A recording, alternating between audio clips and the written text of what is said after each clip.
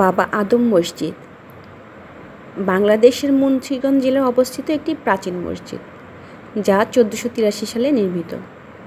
মালিক কাফুর কর্তৃক জামে মসজিদ হিসেবে মসজিদটি নির্মিত হয়। এ মসজিদে নিয়মিত জামাতে নামাজ আদায় করা হয়। মসজিদের চত্বরে বাবা আদম শহীদের মাজার আছে। 1948 খ্রিস্টাব্দ থেকে বাংলাদেশের প্রত্নতত্ত্ব অধিদপ্তর এই স্থাপনার তত্ত্বাবধান করছে। বাবা আদম শাহী মসজিদটি বাংলাদেশের মুন্সিগঞ্জ জেলার সদর উপজেলার দরগাবাড়ি গ্রামে অবস্থিত।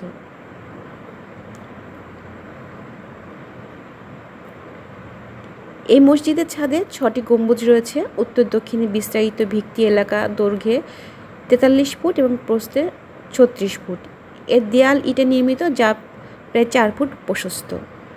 ইটের আকার 10 ইঞ্চি, 7 ইঞ্চি, 6 ইঞ্চি এবং 5 ইঞ্চি। এগুলো লাল পোড়ামাটির ইট। সম্মুখভাগে 3টি খিলানাকৃতির প্রবেশপথ রয়েছে, যার মাঝেরটি বর্তমানে ব্যবহৃত হয়।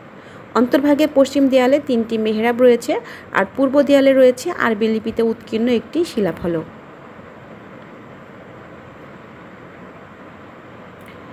ভারতবর্ষ প্রত্নতত্ত্ব জরিপ বিভাগ 1909 সালে একবার এই মসজিদটি সংস্কার করে সংরক্ষণের উদ্যোগ নেয়, কিন্তু এরপর আর কোনো কাজ হয়নি।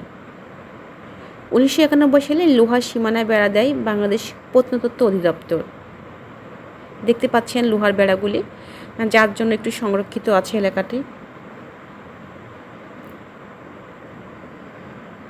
1991 সালে বাংলাদেশ ডাক বিভাগ বাবা আদম মসজিদের ছবি সম্বলিত একটি ডাকটিকিটও প্রকাশ করেছে।